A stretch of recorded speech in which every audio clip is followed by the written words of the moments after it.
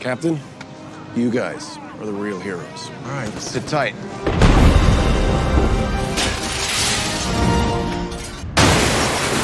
We are right in the middle of season 2, and it should be no surprise that Homelander is up to his old tricks of looking down on the human race and finding ways that he can move his band of heroes into the military and take over the world. I mean, I think that's what he's up to, but how can you blame him for thinking that he's better than everyone? He literally is. Hello again, Top 10 Nerd family. I'm your host, Jade Arena, and welcome back to Top 10 Nerd. Today we're going to be going into a deep dive about some of the hidden features about Homelander that you should know, with our list of top 10 Homelander facts that you need to know for season 2. Now, I will be mixing in both facts from the show and the comics. As always, I would love it if you could like, comment, subscribe, and hit the little notification bell, and stick around until the end of this list because I'm going to be giving you guys my picks for my favorite Superman clones from other comics. Coming in at number 10, we have Homelander is the product of Nazi science. We are coming out of the gate swinging with this one. I honestly had no idea that that is what gave all the heroes their powers in the boys universe, but apparently it is. Well, in the comics at least. I think it's yet to be discovered in the TV show. So similar to the show, the comics has Compound V, which can turn a normal everyday person into a high-flying superhero with just a little bit of juice. Well, that product was made in a lab by a Nazi scientist. How did the Americans get their hands on such a thing? Well, I don't know if you guys have heard of Operation Paperclip, but that was when the Americans collected Nazi scientists and brought them back to America to gain knowledge that they had from working in Germany. Now, Project Paperclip was a real thing, Compound V is not. But the lore of the boys plays with some real American history to pull in some wild backstories on how all the heroes were created. Now, when you go back that far into the histories of the Supes and the boys, it all starts to make sense why they are evil. Coming in at number 9, we have Homelander is a clone. You know, the more and more we learn about this guy's backstory, it makes sense why he is evil as he is. So it should be no surprise that if Compound V came from Nazis in the comic books, that there were a few Nazis who got superpowered in the past. One of those is Stormfront, who is a Nazi officer and has some pretty gnarly storm powers. I mean, I really can't think of something scarier than the combination of those two things. Well, the process of Compound V works by taking the already functioning hero and then using their DNA to make new, more powerful heroes, because making just one is hard enough. Many people just die when they're exposed to Compound V. So why keep going down the road of trial and error when you can just get it right the first time with someone who has already passed the test? So Stormfront's DNA was used to make Homelander. Maybe that deep Nazi heritage is why the dude is so evil, and it also explains why he looks like Hitler's wet dream. Coming in at number 8, we have he's more powerful in the TV show. In the TV show of The Boys, Homelander is pretty much close to Superman. Mind you, I know he's not as strong as the original Boy in Blue, but there is an air around Homelander that says none of the other heroes have any chance of taking this dude down, and that's for good reason. He's the fastest, he's the strongest, and he can shoot lasers out of his face that will melt you in half pretty damn fast. But in the comics, although he is still all of those things, there is an understanding that if all the other heroes teamed up, they would be able to rip him down. It wouldn't be easy, but they would still have a chance. Think of the Avengers versus Thanos. They were able to take him down, but it literally took all of them. Coming in at number 7, we have Homelander's real name is Homelander. This is how a lot of heroes refer to themselves. There's a famous comic book in Batman where someone is trying to use mind control on Bruce Wayne to make him think that he's slowly dipping into insanity, but Batman is able to crack the code because the voice in his head refers to him as Bruce, but Batman always calls himself Batman in his own head. But with Homelander, the story is a little bit more depressing. See, he didn't choose this life, he was born into it, giving Compound V before he was even born to make sure he was insanely powerful, then referred to as his super name for his entire life because that's what he was made for. He never had a choice in who he was going to become. He was bought and created for one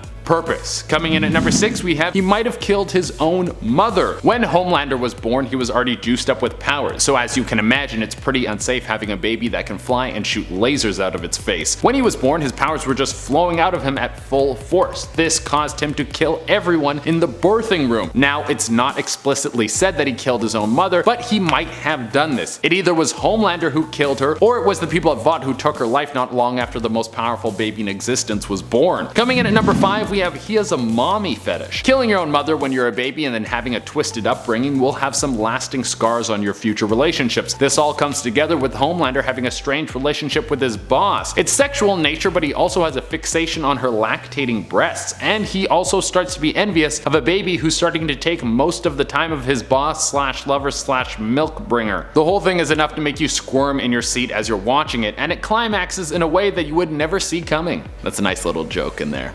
Coming in number 4, he had a disturbing childhood. More evidence as to why Homelander is evil. So Homelander wasn't given Compound V when he was a baby and then returned to his family to see how he would grow up. No, he was exposed to the drug while he was still in the womb, and a lot of it. The more exposure means more powers. And because the scientists who made him knew that he would be too powerful, there was no way that they were going to let him out into the world on his own. So he was raised in a secret government facility and spent most of his life in a concrete room with no one else in there. He was treated like an animal and constantly tested on. His resentment for humanity is starting to make more and more sense. But as you can imagine, Homelander, even as a kid, would have been more powerful than any of the regular humans around him. So to keep him in line, scientists constantly had him chained to a nuclear bomb. I don't really know any other way to punish a Superman-like character, but this is a pretty good idea, I guess, until he's old enough to come kill you with his bare hands. Coming in at number 3, we have Black Noir is a clone of Homelander. What is this? A soap opera? Everyone is related and there's secrets around every corner? I feel like a Days of Our Lives writer would be drooling all over this. Well, as I mentioned before, the way more powerful heroes are made is with the DNA of a previous powerful hero. This isn't every case, but it is how the most powerful heroes like Homelander are made. Well, that is how Black Noir was made. The secretive super who never speaks a word was cut right from the jib of the most powerful super in town. That must make Black Noir pretty powerful, which he is, and for good reason. Black Noir is not only a member of the Seven and one of the strongest heroes in the Boys universe, but he also is a watchdog for Homelander. The people who made the Cape Crusader knew that if he ever went rogue, it would mean the end of humanity. So Black Noir is secretly looking in on him to make sure that he doesn't. Black Noir has a secret side mission to kill Homelander if he ever gets out of line. Coming in at number 2, we have Homelander is even grosser in the comics. You know that horrible scene in season 1 with the Deep and Starlight? If you haven't seen the show, then you don't know what I'm talking about, but I can't go into detail here, so you'll just have to watch it for yourself. Well, in the comics, the whole thing plays out differently. It's actually Homelander, Black Noir, and A-Train who do this together, which makes a whole scene which was already grotesque even worse, and just highlights how all the heroes are even more disgusting together. And coming in at the number 1 spot, Homelander's entire image is fake. I think by now you should know that this one is a given, but I just wanted to highlight it because there's still a lot we haven't touched on. For instance, the reason Homelander was made was never to save the world and keep people safe. The whole reason he was made was to be a massive marketing tool, so superheroes could have a face and a leader to sell to the masses. From day one, Vought saw superheroes as the ultimate cash grab. On top of this, there's been several times where Homelander has tried to save everyone and he's actually caused more people to die. But it all gets covered up because Vought needs to keep selling more t-shirts. Alright everyone, that has been our list. Now I'm going to give you guys my picks for my favorite Superman clones from other comics. My first pick is the Statesman. This is an interesting take on an all-powerful Superman-like character. He is an iconic patriot before he even gets into the super game. He's fighting in World War I and he is almost killed by mustard gas. Then he hears about a legendary fountain made by the gods of Olympus. He ventures out to find the source of this power in hopes that he will no longer be on the brink of death, and guess what? It does way more than just give him his health back. His powers are a little bit more similar to Shazam, with having the ability to control energy and summon electricity. Like Shazam, his powers are magical, which means he would be a great foe for the real Superman. My next pick would be the Samaritan. If you want a compact comic run that has a Superman-like character, one of the best things you can go check out is Astro City, starring Samaritan. This is a great comic run from the 90s that has a futuristic city from the 35th century, all protected by a Boy Scout type character that just wants to be a good Samaritan. And finally, I'm going to choose Invincible. What would it be like growing up a powerless teen when your dad is one of the greatest superheroes in existence? Then one day, you just start getting powers. Now it's time to follow in your dad's footsteps, but it can be hard with the size of the shadow that he's casting. Not to mention you have to deal with the changes of growing up and becoming a superhero all at the same time. Alright everyone, that has been everything for you today. As always, I would love it if you could like, comment, subscribe, and hit the little notification bell. Until next time, I have been your host, Jade Arena, and keep enjoying this nerdy content.